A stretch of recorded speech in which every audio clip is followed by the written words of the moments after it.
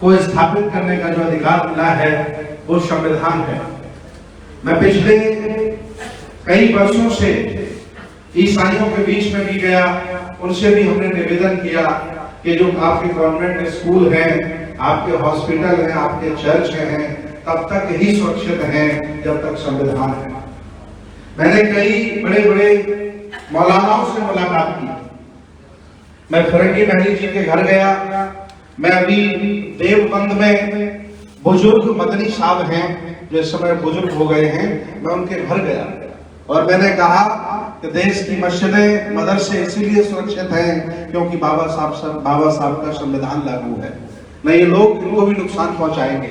आप सक्षम हैं, मजबूत हैं, आवाज उठाइए। आदरणीय राजरत्न अम्बेडकर जी कई वर्षों से ये बात कह रहे हैं कि सब लोग मिलकर के आवाज उठाओ, लेकिन आगे कौन आएगा, क्यों कोई करे। सब आराम से रोटियां खा रहे हैं, घरों में आराम से महफूज रह रहे हैं।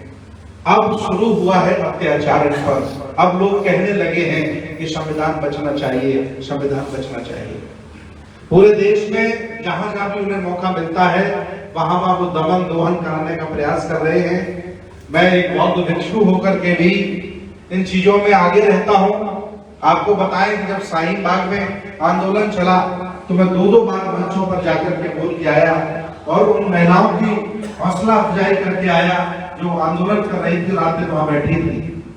किसानों ने जब आंदोलन किया तो हमने वहां जाकर के टेंट लगाया। कहा, चूंकि उन पर आरोप लगा दिया गया कि ये खालिस्तानियों का आंदोलन है और उनको बुरी दृष्टि से लोग देखने लगे, बोले ये तलवार वाले हैं, ये हिंसा फैला रहे हैं। तो मैं जाकर के पहुंच गया अपनी टीम लेकर और हमने वहां टेंट लगा दिया और हमने मंचों से कहा ये आंदोलन किसानों का है, ये आंदोलन गरीबों का है, मजदूरों का है, खालिस्तानियों का नहीं है। तो आज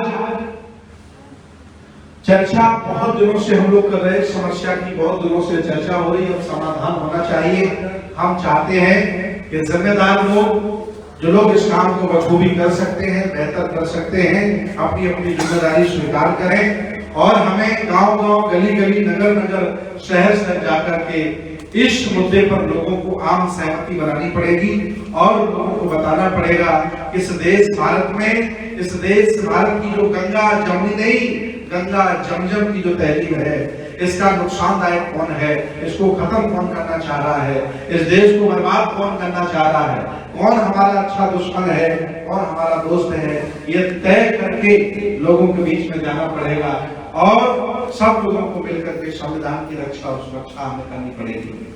अगर इस काम को हम नहीं करेंगे तो वो लोग तो अपना काम कर रहे हैं।